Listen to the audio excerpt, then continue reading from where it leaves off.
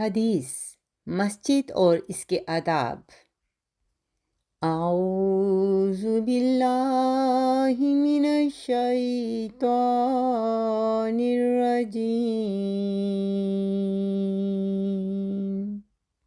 بسم اللہ الرحمن الرحیم۔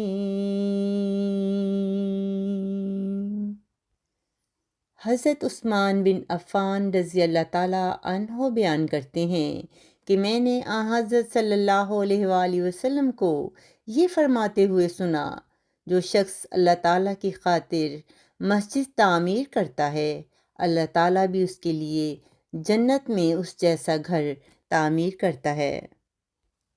حضرت فاطمہ الزہرا رضی اللہ تعالیٰ عنہا بیان کرتی ہیں کہ حضرت صلی اللہ علیہ وآلہ وسلم جب مسجد میں داخل ہوتے تو یہ دعا پڑھتے: اللہ تعالیٰ کے نام کے ساتھ، اللہ کے رسول پر سلامتی ہو، اے میرے اللہ میرے گناہ بخش اور اپنی رحمت کے دروازے میرے لیے کھول دے۔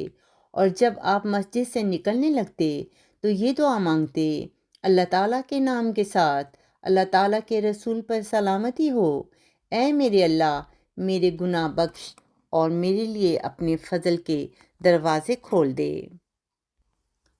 حضرت زید بن ثابت رضی اللہ تعالیٰ عنہ بیان کرتے ہیں کہ حضرت صلی اللہ علیہ وآلہ وسلم نے فرمایا: لوگو اپنے گھروں میں نماز پڑھا کرو، کیونکہ فرضوں کے سوا باقی نماز گھر میں پڑھنا افضل ہے۔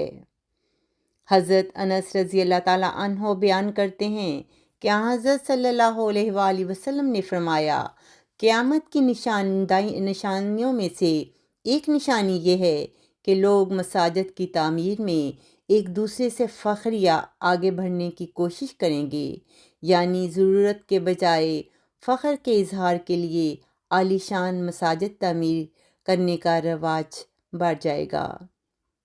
اللہ تعالیٰ ہمیں نماز پڑھنے کی توفیق دے اور ہمیں مسجد کے آداب کو سمجھنے کی توفیق دے۔